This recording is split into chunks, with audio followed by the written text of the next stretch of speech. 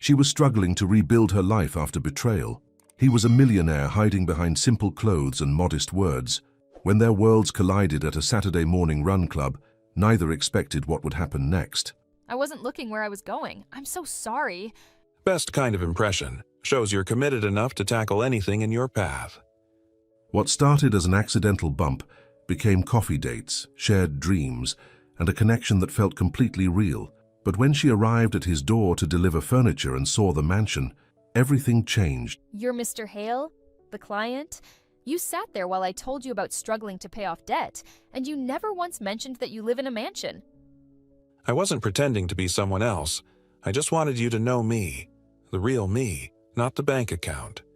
Suddenly, the woman who'd found love again discovered the man she trusted had been living a lie. Can two hearts from different worlds overcome deception and class divides? And will Nathan prove his love is real before Zariah runs away forever? Before we get into the story, comment below where in the world you're watching from today. The early morning sun cast long shadows across Piedmont Park as Zariah Blake tied her running shoes, her fingers trembling slightly. At 25, she never imagined she'd be starting over, rebuilding her life piece by piece after Derek had torn it apart. "You can do this," she whispered to herself, adjusting her bright orange headband. "It's just running, one foot in front of the other."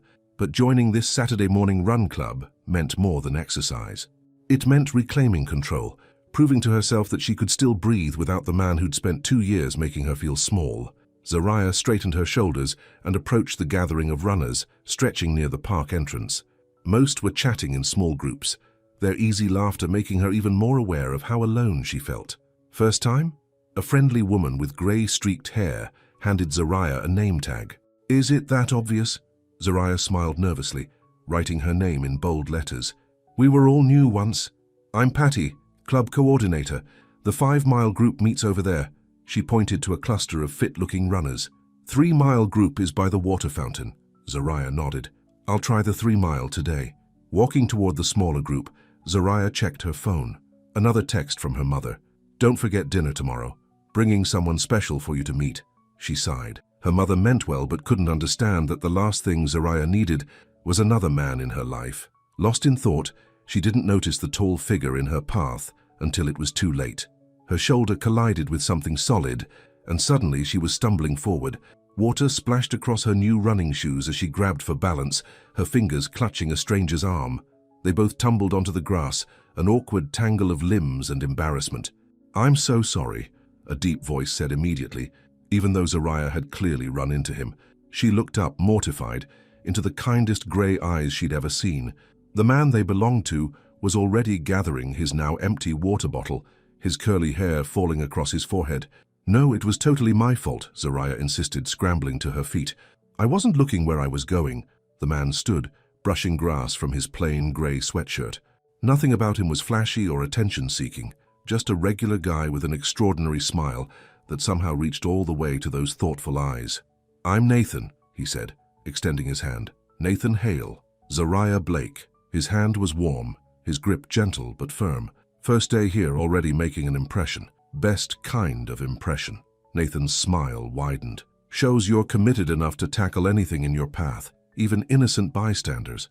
For the first time in months, Zariah felt herself genuinely laugh. "Well, when you put it that way, I sound heroic instead of clumsy." "Exactly my point." Nathan picked up her fallen phone, checking that it wasn't damaged before handing it back. "Which group are you joining?" 3-mile. "You?" "Same." He seemed pleased by this coincidence. "Mind if I run with you? I know the route well." Something about his unassuming manner made Zariah lower her guard, just a fraction. "I'd like that. Might keep me from knocking down any more unsuspecting runners." As the group gathered for pre-run stretches, Zariah couldn't help noticing how easily Nathan blended in. Nothing about him screamed for attention, yet there was something compelling in his quiet confidence. When they started running, Zariah expected awkward silence, but conversation flowed naturally between them.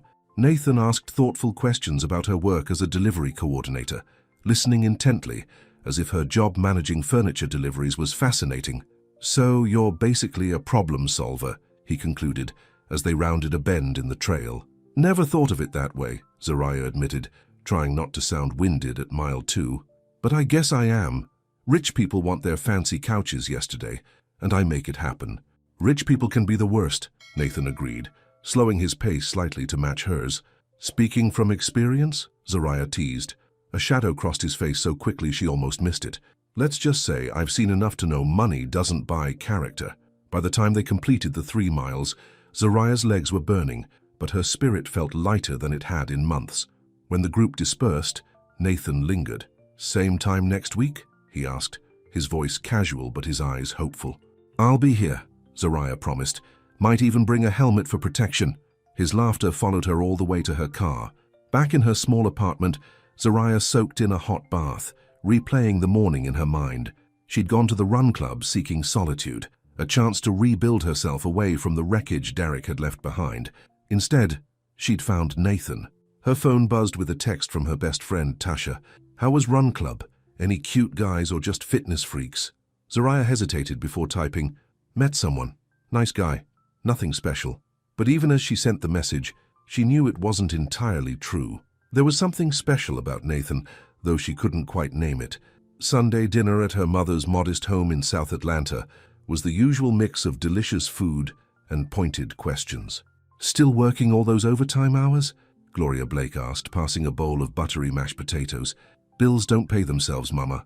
Zariah avoided mentioning that some of those extra hours were still going toward paying off the credit card debt Derek had left her with. Speaking of bills, Marcus's accounting firm is doing very well, Gloria said, nodding toward the balding man beside her.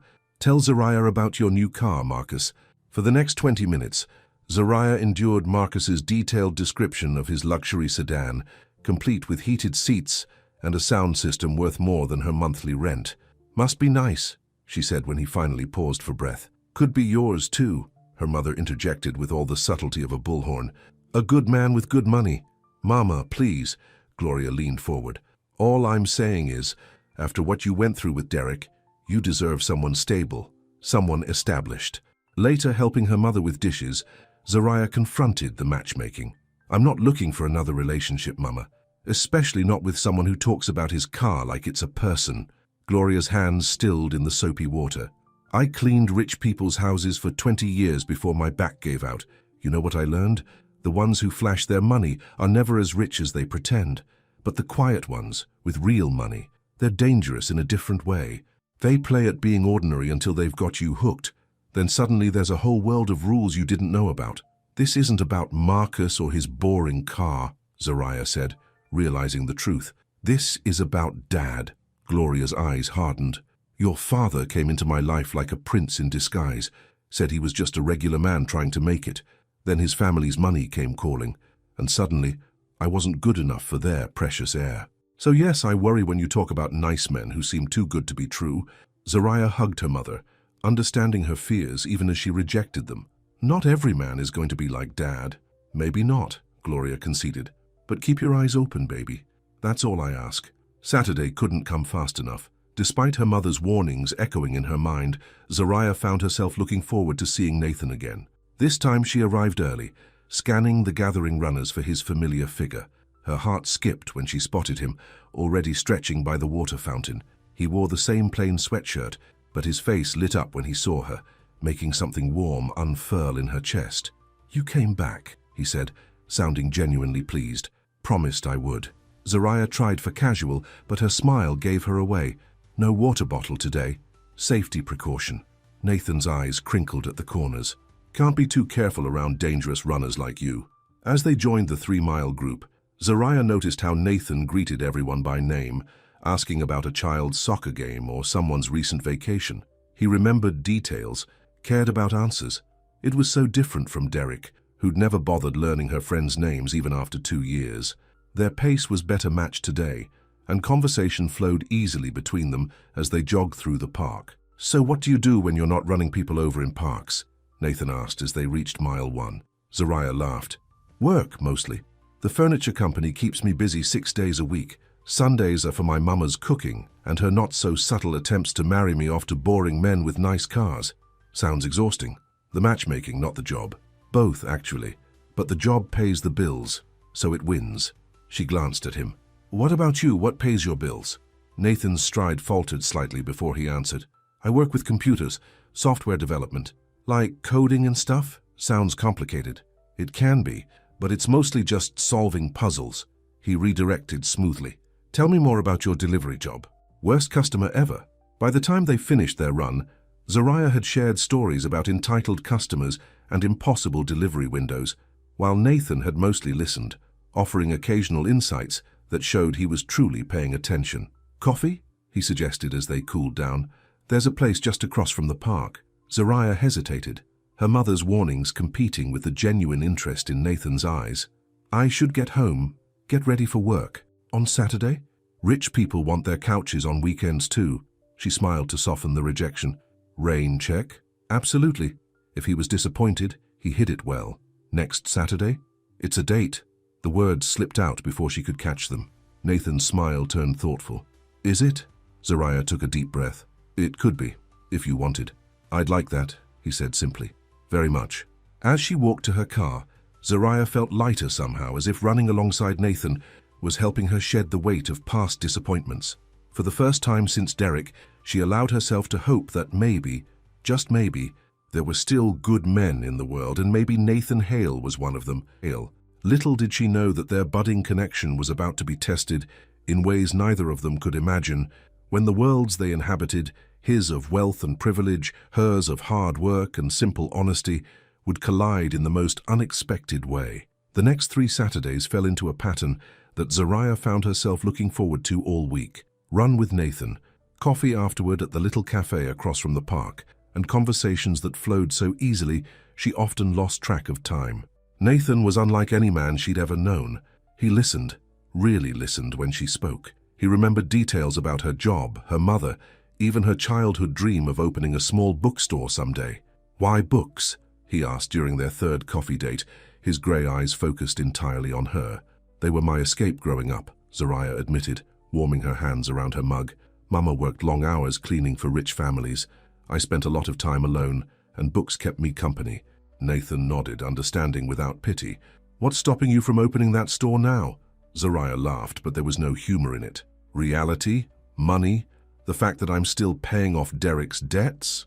She hadn't meant to mention Derek, had been carefully avoiding talking about her ex, but something about Nathan's attentiveness made the words slip out. Derek? Nathan's voice was gentle, not pushing, but creating space for her to share if she wanted. Zariah stared into her coffee. My ex, 2 years together, and all I got was a broken heart and maxed out credit cards. I'm sorry, Nathan said simply. No platitudes, no immediate advice, just acknowledgement of her pain. It was my own fault, she continued, surprising herself with her honesty. He was so charming at first, took me to fancy restaurants, bought expensive gifts I couldn't afford to return. By the time I realized he was using my credit cards to fund his gambling, I was in too deep. Nathan's hand moved across the table, covering hers. That's not your fault, Zariah, that's manipulation. The warmth of his touch traveled up her arm, settled somewhere in her chest. Anyway, that's why I'm working overtime at a job I barely tolerate. 2 more years and I'll be debt-free. Then maybe I can start thinking about bookstores again. Dreams matter, Nathan said quietly. Sometimes they're all that gets us through the hard days. Something in his tone made Zariah look up sharply. Sounds like you know something about hard days yourself. A shadow crossed his face. Everyone has their struggles. Even computer guys with great running form, she teased, trying to lighten the mood. His smile returned, but his eyes remained thoughtful. Especially them. At work on Monday, Zariah found herself humming as she organized the day's delivery schedule, earning a curious look from her co-worker, Jen. Someone's in a good mood, Jen observed, leaning against Zariah's desk. This wouldn't have anything to do with that running guy you mentioned, would it? Zariah tried to suppress her smile. Maybe. Details, please. Inquiring minds need to know. Not much to tell. His name is Nathan. He's nice. We've had coffee a few times after Run Club. Nice? That's the best you can do. Jen rolled her eyes. What does he do? Where does he live? Is he hot? He works with computers, software development. And yes, he's... Zariah paused, thinking of Nathan's kind eyes and the way his curls fell across his forehead when he laughed. He's definitely attractive, but not in an obvious way. It's more how he makes me feel. And how's that? Seen, Zariah said simply. Like what I have to say matters. Jen's teasing smile softened. After Derek the jerk, you deserve that. Their conversation was interrupted by the office manager dropping a stack of delivery orders on Zariah's desk. "Special handling," he said briskly. "The Buckhead deliveries need white glove service. The client paid extra for setup and removal of old furniture." Zariah flipped through the orders, noting the addresses in Atlanta's wealthiest neighborhood. "I'll take Marcus and Keith for these, they're our best." "Good. The last one's scheduled for Saturday. Can you personally oversee it? The client specifically requested our most experienced coordinator." Zariah's heart sank. There went her running date with Nathan. Of course. She sent Nathan a quick text that evening, explaining the situation. His response came immediately. "Work comes first. I understand completely. Rain check for coffee? I'll miss seeing you on the trail." The warmth in his simple message made her smile. Unlike Derek, who'd always made her feel guilty for prioritizing work, Nathan seemed to respect her responsibilities. "Rain check accepted," she texted back. "Save some miles for me." Saturday morning arrived with unexpected anxiety. Zariah dressed carefully in her company polo and black pants, checking her appearance more thoroughly than usual for a workday. "It's just because it's a Buckhead client," she told her reflection. But she knew it was more than that. For the first time in a long time, she cared about what someone thought of her, cared what Nathan thought. The delivery truck followed her car through the exclusive neighborhood, past sprawling mansions set back from the street behind elaborate gates. The navigation system finally directed them to a modern glass and stone structure at the end of a quiet cul-de-sac. "Nice digs," Marcus whistled as they pulled up to the gate. "Wonder what they do for a living." "Probably inherited it," Keith said, adjusting his uniform. "Old money." Zariah pressed the intercom button, and a crisp voice answered, "Yes?" "Atlanta luxury furniture delivery for Mr. Hale," she said professionally. There was a pause before the gate swung open silently. Zariah led the way up the curved driveway, mentally reviewing the delivery details. Custom-built sectional sofa, handcrafted in Italy, removal of existing furniture, set up in the main living area. The house was even more impressive up close.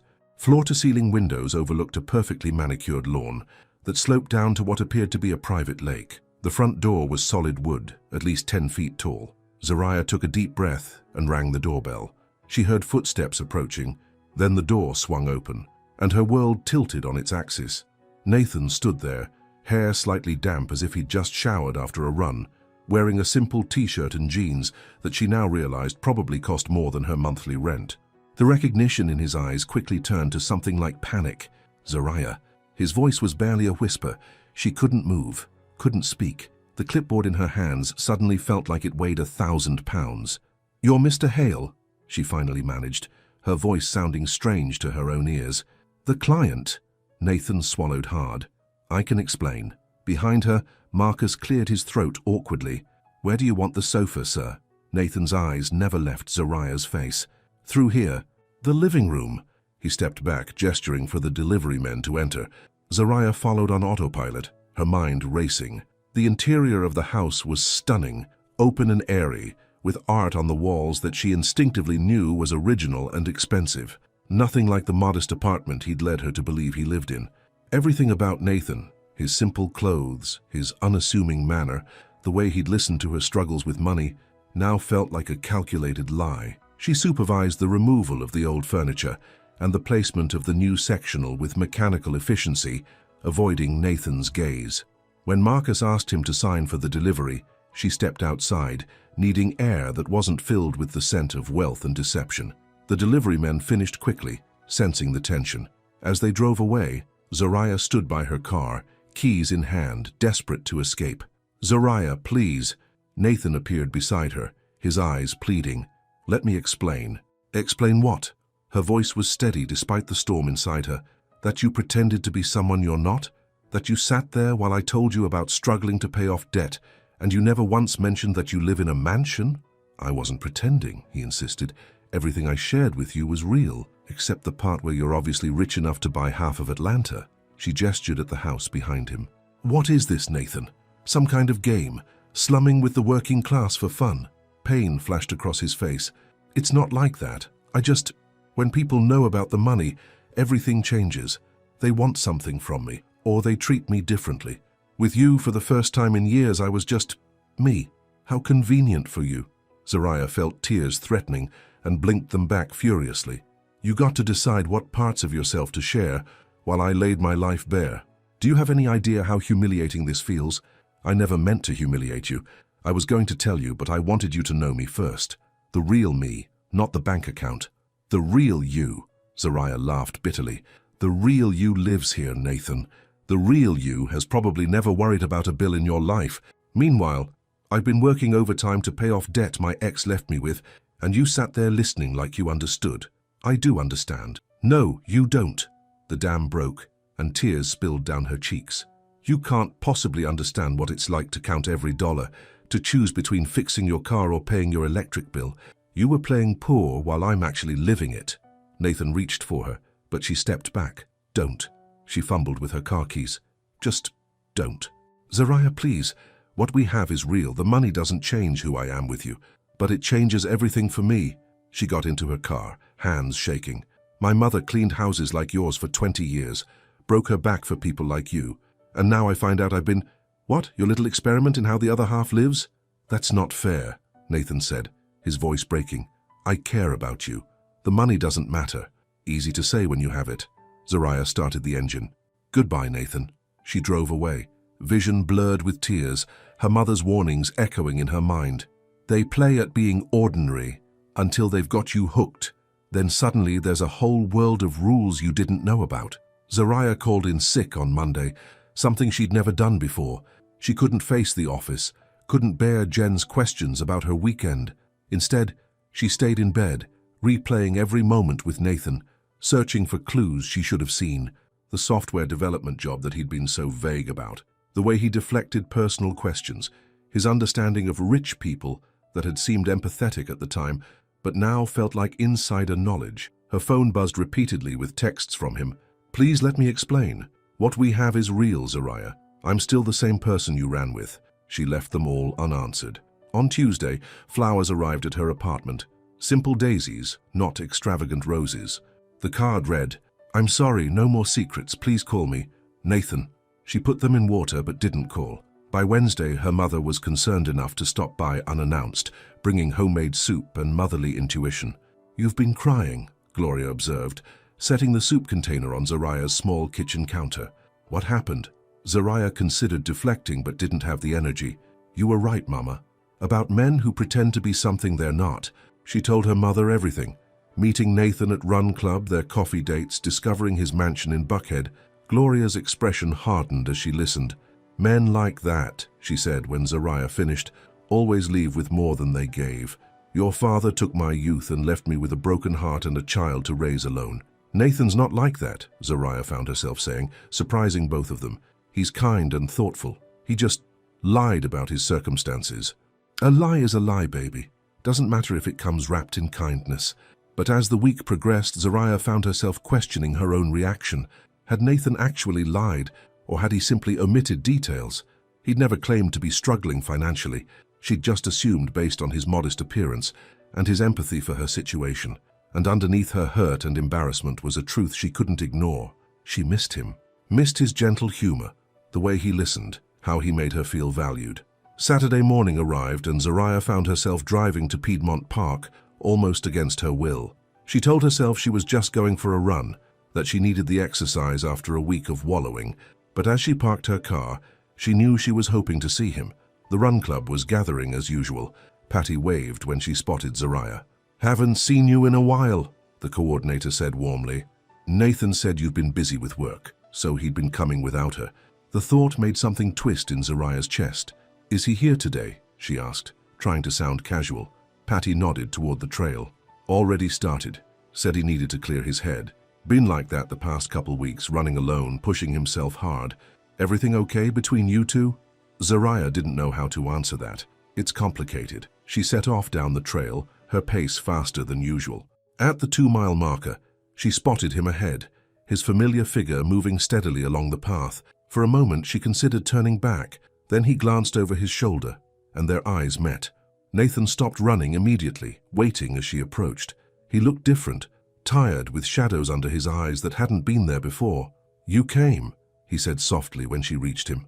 Zariah tried to hold on to her anger, but standing face to face with him, it began to slip away.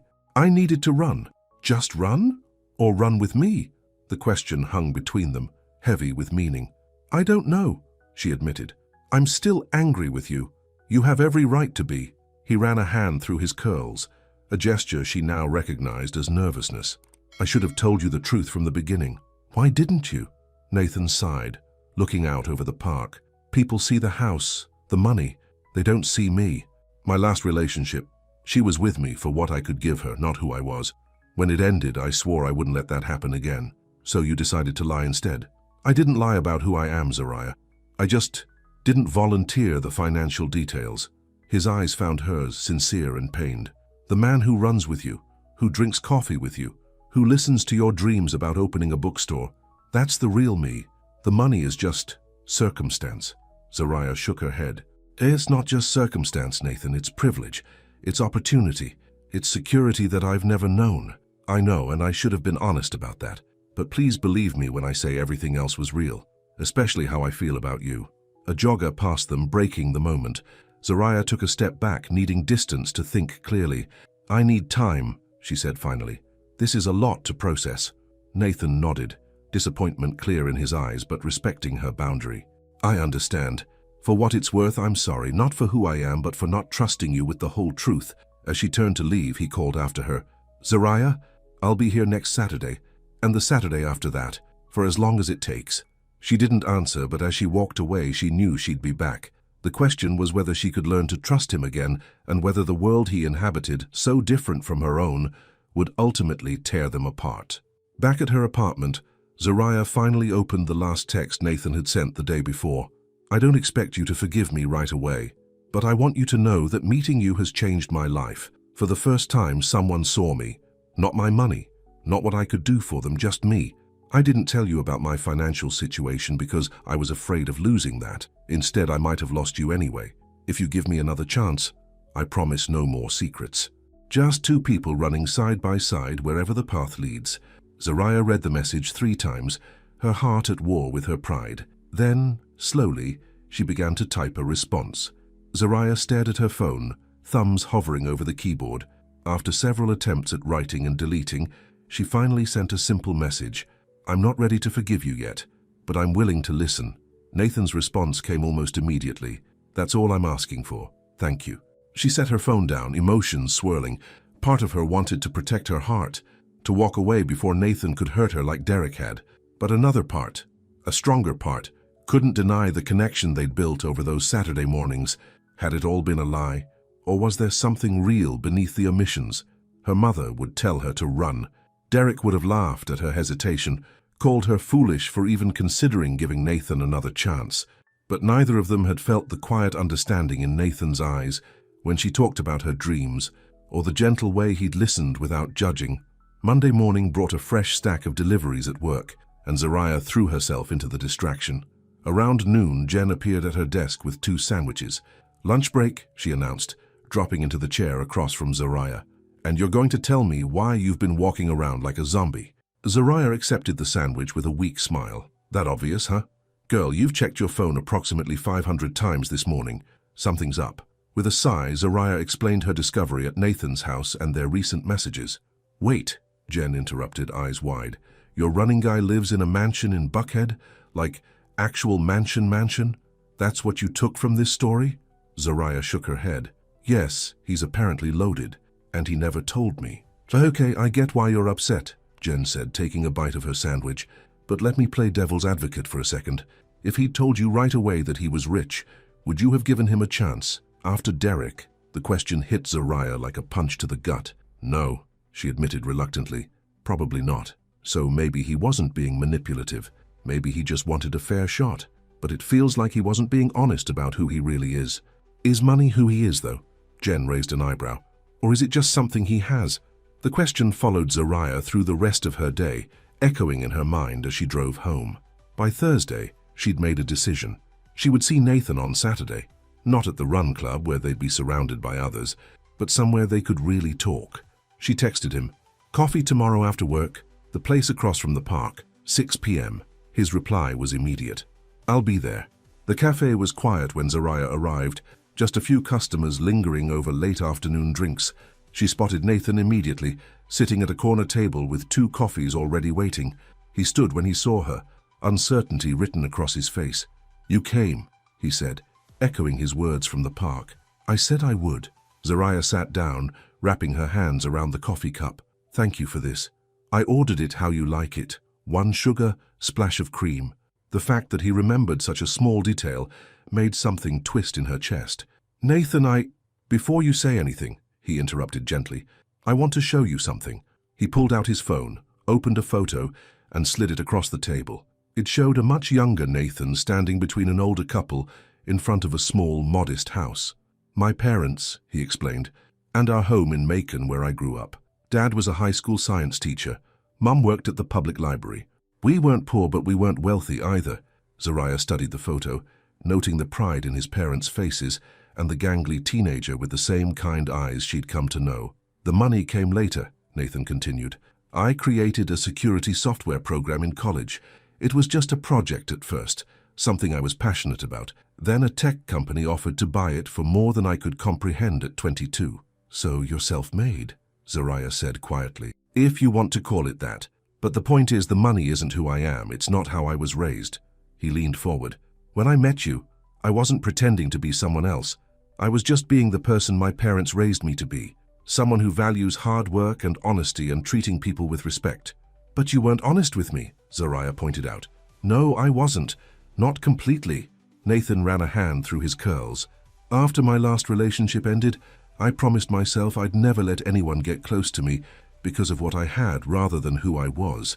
So I started downplaying the money, dressing simply, driving a regular car, living a double life. Living authentically in some ways and hiding in others," he corrected. "Then I met you, and for the first time in years, I felt like someone saw me, the real me. I was afraid if I told you about the money, everything would change. So instead I found out by delivering your custom Italian sofa," Zariah said, but there was less bite in her tone. "Not my finest moment." Nathan's smile was rueful. "For what it's worth, I was planning to tell you. I just wanted more time, wanted to be sure what we had was real." Zariah took a sip of her coffee, gathering her thoughts. "My ex used money to control me," she said finally. "He made big purchases on my credit cards, told me not to worry about it, that he'd pay it all back. When I found out he'd been gambling, he promised he'd fix everything. Then one day he was just gone, left me with the debt and a note saying he was sorry." "I'm not Derek," Nathan said quietly. "I know that. Logically, I know that." Zariah met his gaze. "But finding out you'd hidden something so significant, it brought it all back. The feeling of being lied to, of not knowing what was real. Everything between us has been real, Zariah. Every conversation, every laugh, every run. That's what I need you to believe." The sincerity in his eyes made her want to believe him, but there was still one question nagging at her. "Why me, Nathan? You could be with anyone, someone from your world who understands that life. That world is full of people who want something from me," he said simply. "You wanted nothing but my company. Do you have any idea how rare that is?" They talked for hours, until the cafe staff began stacking chairs around them. Nathan told her about growing up in a middle-class family, about the shock of sudden wealth, about relationships that had failed because people saw his bank account instead of him. Zariah shared more about her childhood, her mother's struggles, her dreams for the future that always seemed just out of reach. As they finally stood to leave, Nathan asked, "Will I see you tomorrow? At Run Club?" Zariah hesitated, then nodded. "I'll be there." The smile that lit up his face made her heart skip. "I'll save some miles for you." Gloria Blake was not pleased when Zariah mentioned seeing Nathan again. "After he lied to you?" Her mother's voice rose over the phone. "Baby, have you learned nothing from what happened with your father? Or with Derek?" "Nathan's different, Mama," Zariah insisted, pacing her small living room. "He didn't tell me about the money because he wanted me to know him, not his bank account." "Men like that always have excuses," Gloria said firmly. "Always have reasons that sound good on the surface. Your father had reasons too." "I'm not marrying him, Mama. I'm just giving him a chance to explain, to see if there's something worth saving." Her mother's sigh was heavy with concern. "Just be careful, Zariah. Men with money live in a different world. If you step into that world, make sure you don't lose yourself in it." Those words echoed in Zariah's mind as she drove to the park Saturday morning. Would Nathan's world eventually swallow her own? Could two people from such different circumstances really build something lasting? He was waiting for her at their usual meeting spot, his face lighting up when he saw her. There was no pretense now, no hiding. Just Nathan, with his kind eyes and gentle smile, looking at her like she was the only person in the crowded park. Their run was quieter than usual, both of them slightly tentative in this new, more honest version of their relationship. But by the time they reached mile 2, some of the old ease had returned. "I've missed this," Nathan admitted as they rounded a familiar bend in the trail. "Missed you." "I've missed it too," Zariah found herself saying. After coffee, Nathan walked her to her car. "I'd like to show you something if you're free this afternoon." Zariah hesitated. "What kind of something?" "Something important to me. Something real." His eyes held hers. "Do you trust me enough for that?" The question hung between them, weighted with meaning beyond this moment. Did she trust him? Not completely, not yet, but enough to take one more step forward? "Yes," she said finally. "I trust you that much." Nathan's smile was worth the risk. "Meet me back here at 4.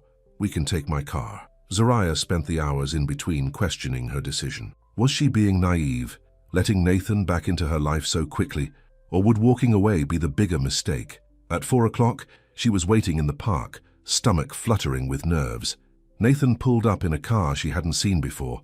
Not flashy, but definitely expensive. "Is this what you usually drive?" she asked as she slid into the passenger seat. "No," he admitted.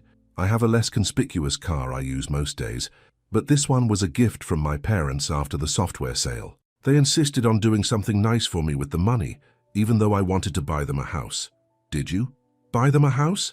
Nathan nodded, pulling into traffic. "Eventually. A comfortable place in Macon.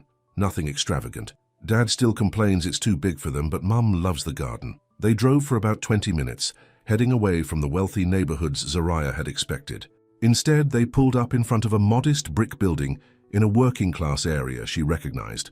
"Where are we?" she asked, confused. "Come see." Nathan led her to the door, which was locked. He pulled out a key and opened it, gesturing for her to enter. Inside was a large open space, mostly empty except for some construction materials and bookshelves lining one wall. Sunlight streamed through big windows, illuminating the dusty floor. "What is this place?" Zariah turned in a slow circle, taking it all in. "It's a work in progress," Nathan said, watching her reaction carefully. "I bought it 6 months ago, been renovating it slowly." Zariah ran her hand along one of the bookshelves. "You're opening a bookstore?" "No." Nathan stepped closer, his eyes never leaving her face. "But you are, if you want to." The world seemed to stop. "What?" "Your dream. A small bookstore where people can find the same escape you did as a child." He gestured around the space. "I bought the building as an investment property, but after you told me about your dream, I started seeing it differently, started imagining what it could be." Zariah's heart pounded in her chest. "Nathan, I can't accept something like this. It's too much." "I'm not giving it to you," he clarified quickly. "I'm offering you a partnership. The building is the investment. The business would be yours to build, your vision, your work. I'd be the silent partner." "Why would you do this?" Nathan's expression softened. "Because I believe in you, because everyone deserves a chance to make their dreams real, and because I've learned that money is only valuable when you use it to create something meaningful." Zariah walked the perimeter of the space, mind racing. It was exactly the kind of place she'd imagined. Cozy, but with enough room for comfortable chairs and reading nooks. A community space where books could change lives the way they'd changed hers. "This is overwhelming," she said finally. "I know, and you don't have to decide anything today." Nathan stayed where he was, giving her space. "I just wanted you to see it, to know that I was listening when you shared your dream, that it mattered to me." The gesture touched something deep inside her, not because of the money involved, but because he'd heard her. Really heard her, in a way no one else ever had. "Thank you for showing me," she said softly. On the drive back, they talked about possibilities. Nathan explained that the offer stood regardless of what happened between them personally. The building was a good investment either way, and if she decided to pursue the bookstore dream, he would help however she wanted, financially, practically, or by stepping back completely. "No strings," he promised as they pulled up to her car.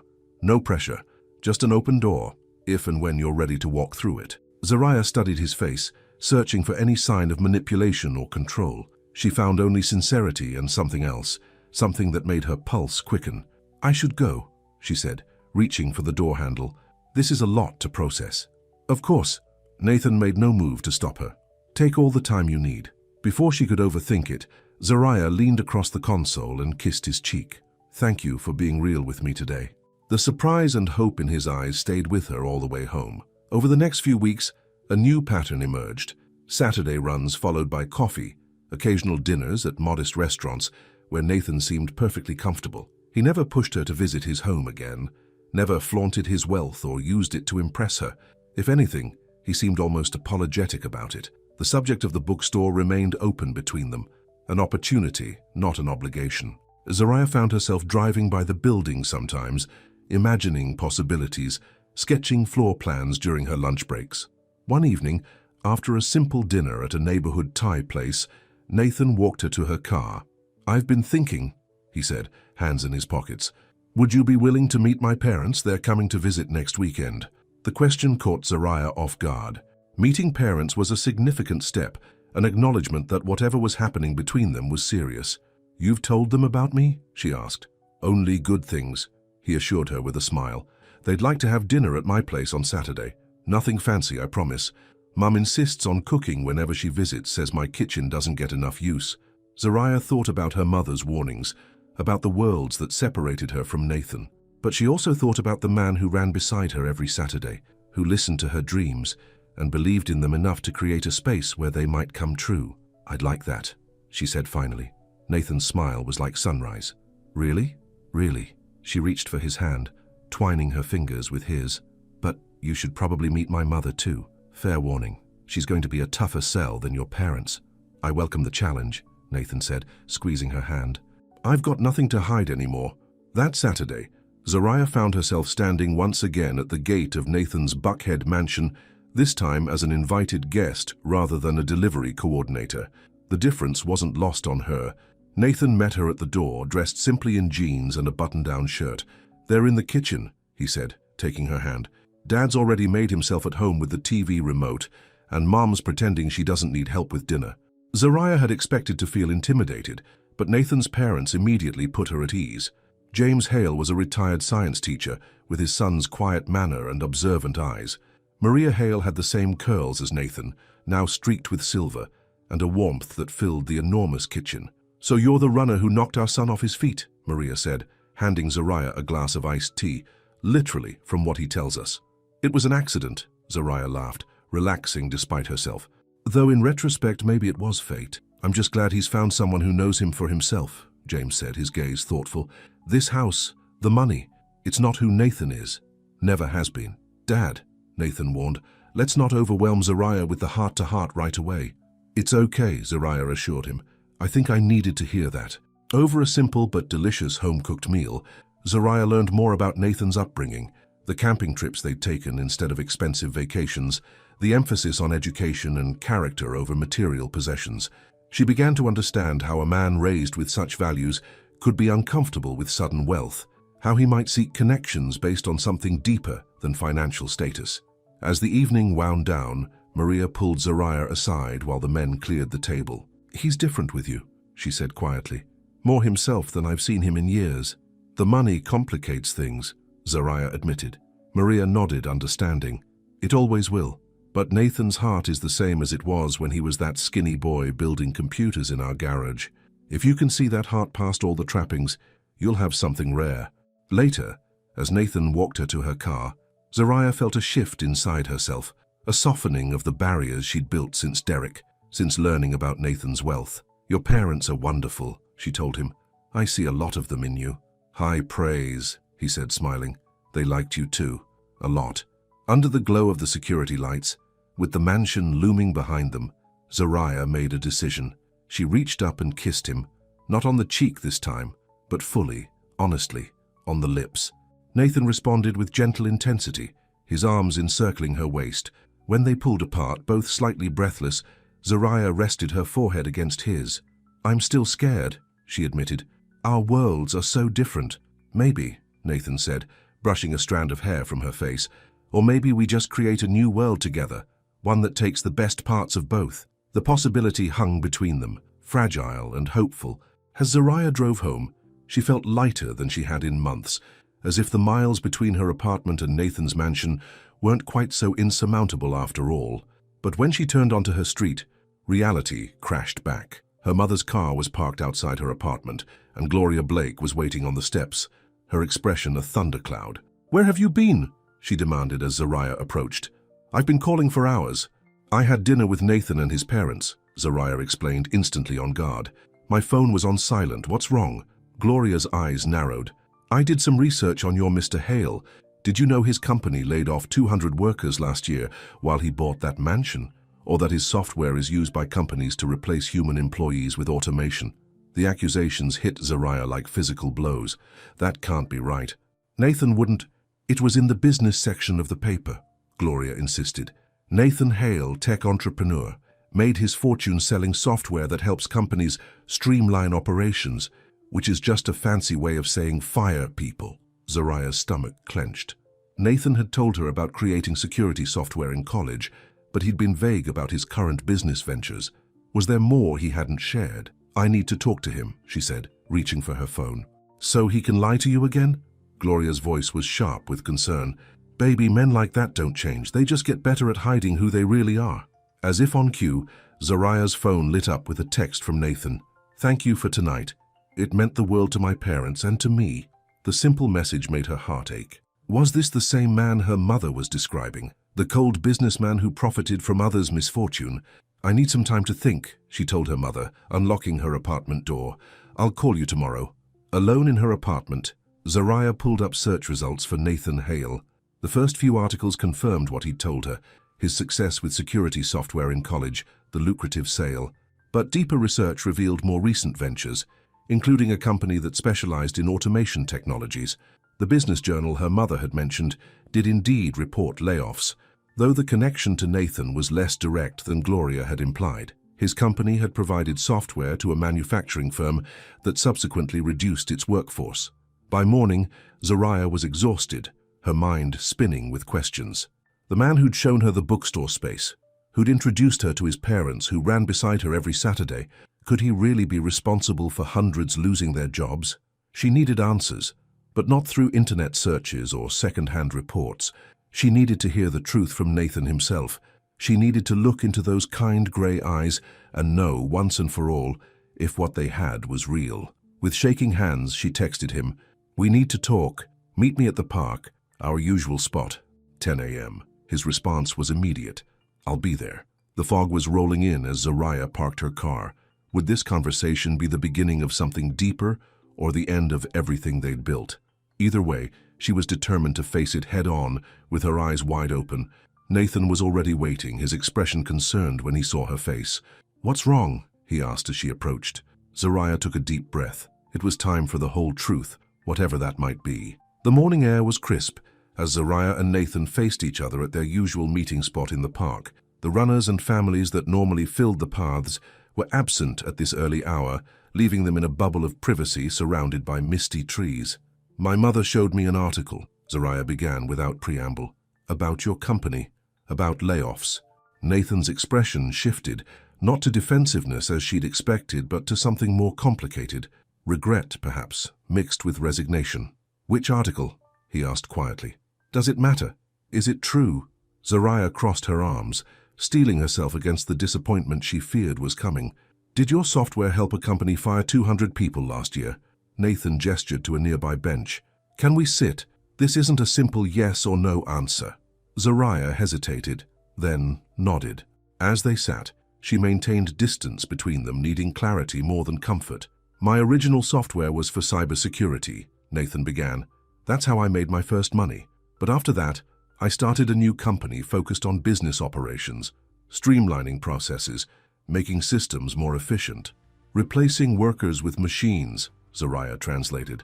"Sometimes, yes," Nathan admitted, meeting her gaze directly. "But it's more complicated than that. The manufacturing company your mother read about, they were already struggling. Foreign competition, outdated equipment. They were months away from closing entirely. So you swooped in and helped them fire people instead. We helped them save 1,000 jobs by making the company viable again." Nathan ran a hand through his curls, a gesture Zariah now recognized as frustration. Yes, 200 positions were eliminated, but without the changes, all 1,200 employees would have lost their jobs when the company went under. Zariah wanted to dismiss his explanation as convenient justification, but his eyes held the same honesty she'd come to trust. "Why didn't you tell me about this part of your business?" she asked. "I did tell you I work in software development, but I didn't go into details because—" He sighed. "Because it's complicated. Because business decisions that look cold on paper are often about saving what can be saved, rather than letting everything fail. My mother cleaned houses for 20 years, Zariah said, her voice tight. She worked for people who talked about business decisions while treating her like she was invisible. Now she's a home health aide because her back couldn't take the cleaning anymore. So forgive me if I'm not sympathetic to corporations making tough choices that always seem to hurt people like us." "I understand that," Nathan said quietly. "And I'm not asking you to approve of every business decision I've made. I'm just asking you to believe that I try to do what's right, even when there are no perfect options." Zariah stood, needing to move, to think. "You showed me that bookstore space. You talked about my dreams. Was that just, what, trying to buy my forgiveness?" Pain flashed across Nathan's face. "No, never that." He stayed seated, giving her space. "That offer was genuine, Zariah, because I believe in you, because I thought we could build something meaningful together. But if it feels wrong to you now, I understand." The sincerity in his voice made Zariah pause her pacing. She studied him, this man who lived in two worlds, who had shown her both tenderness and truth. "I need time," she said finally, "to think about all of this, to decide what I believe." Nathan nodded, disappointment clear in his eyes but no argument on his lips. "I understand. Take all the time you need." As she turned to leave, he called after her softly, "Zariah, whatever you decide about us, the bookstore space is still yours if you want it. No strings. That promise doesn't change." She nodded once, unable to speak around the tightness in her throat, and walked away. The week that followed was one of the longest of Zariah's life. She went through the motions at work, delivering furniture to wealthy homes that now reminded her of Nathan's. She fielded concerned texts from him, responding with brief assurances that she was okay, just thinking.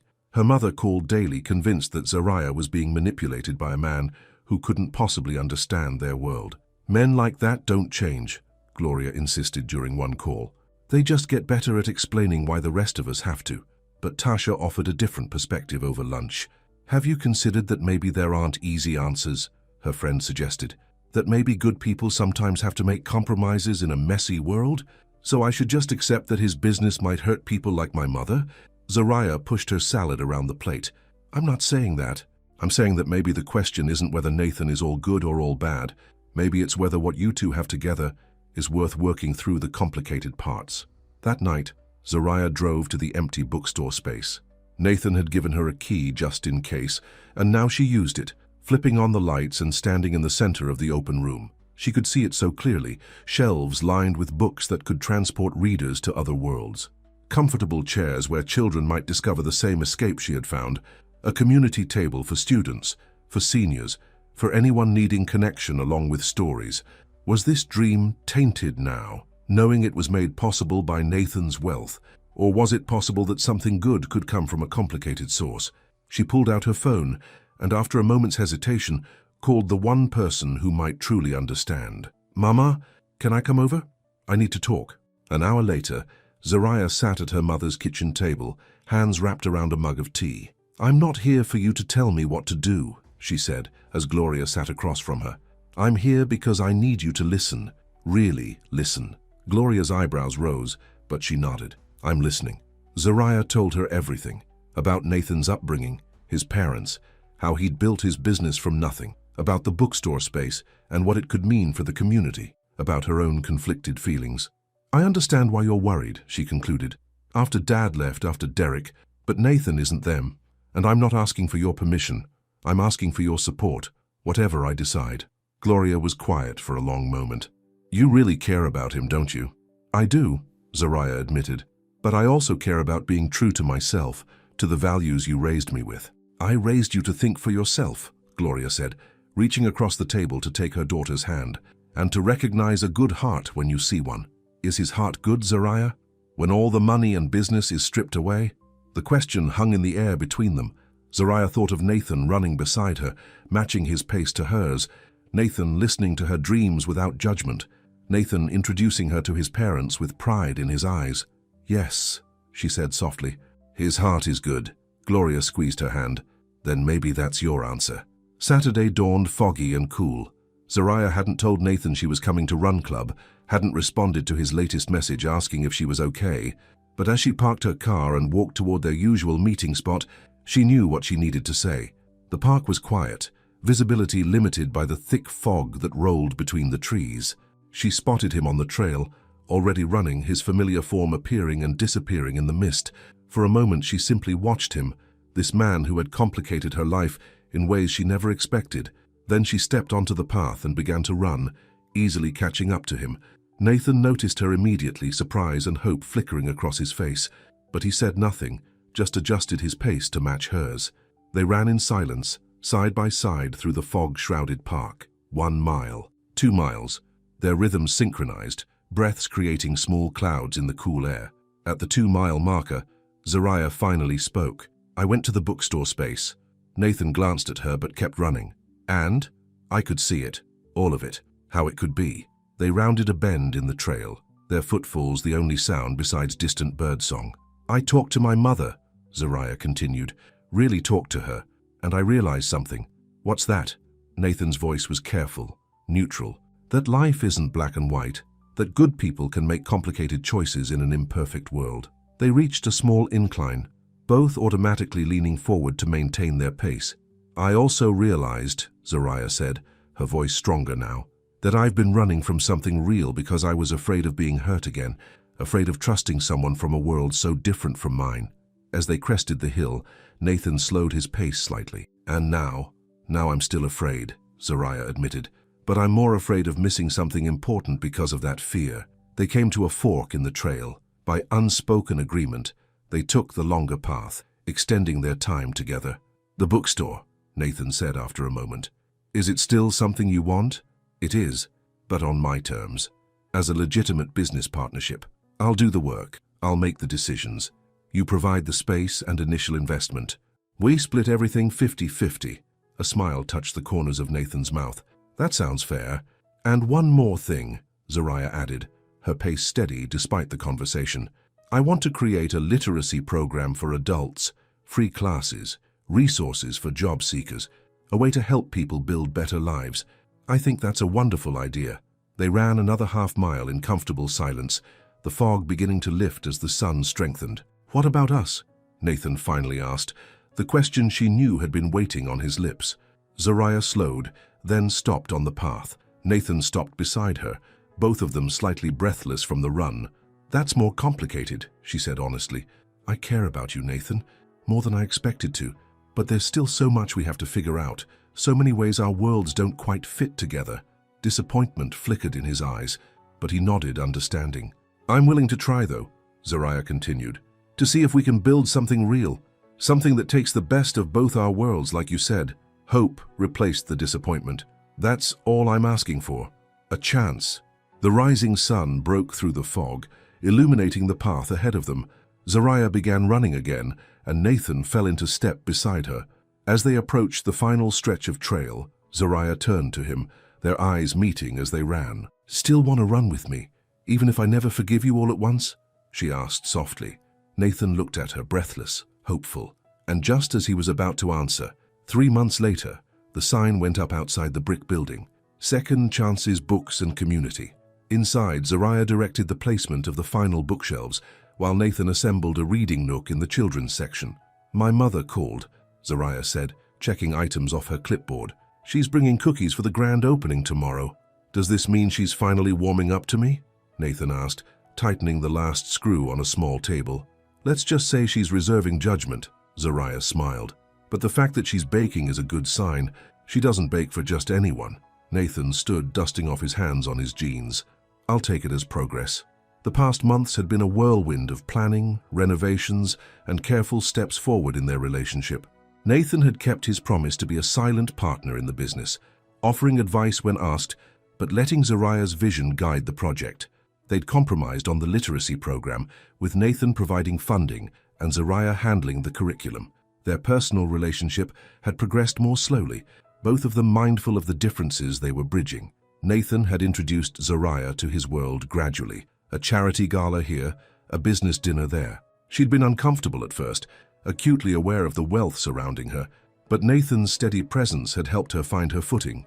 In turn, Zariah had brought Nathan deeper into her life. Sunday dinners with her mother, who watched him like a hawk but had progressed to serving him second helpings, game nights with her friends, volunteer work at the community center where she'd once received after-school care. They were building something new together, a shared world that honored both their histories. "The contractor called," Nathan said, wrapping his arms around Zariah from behind as she surveyed the nearly finished store. "The apartment upstairs will be ready next month, if you still want it." The apartment above the bookstore had been Zariah's idea, a practical solution to her long commute. But it represented something more significant, a space that was truly hers, connected to her dream but separate from Nathan's wealth. "I do," she confirmed, leaning back against his chest. "It feels right." Nathan kissed the top of her head. "So does this?" "All of it." As the afternoon sun streamed through the windows, highlighting the colorful book spines and comfortable reading nooks, Zariah felt a sense of peace she hadn't known was possible. The journey hadn't been easy. There were still moments of doubt, still cultural differences to navigate, still her mother's cautious eyes watching for any sign that history might repeat itself. But there was also this, a dream becoming reality, a partnership built on mutual respect, and a love that had been strong enough to overcome the miles between their worlds. "We should get going," Nathan said, checking his watch. "Run Club starts in an hour." Some traditions remained sacred. Every Saturday morning, regardless of weather or workload, they ran together in Piedmont Park, sometimes talking, sometimes in comfortable silence, always side by side. "Race you to the car?" Zariah challenged, already moving toward the door. Nathan laughed, following her. "You know I'll let you win, and you know I don't need you to." She glanced back at him, her smile warm and true. "But I love that you would." As they locked up the bookstore, their shared creation, Zariah reflected on the question she'd asked Nathan in the fog that morning, and the answer he'd given before they'd continued running, side by side, into an uncertain but hopeful future. Some journeys didn't need a destination to be worthwhile. Sometimes the joy was in running the path together, 1 mile at a time, discovering new terrain with each step forward. And in the end, that was enough.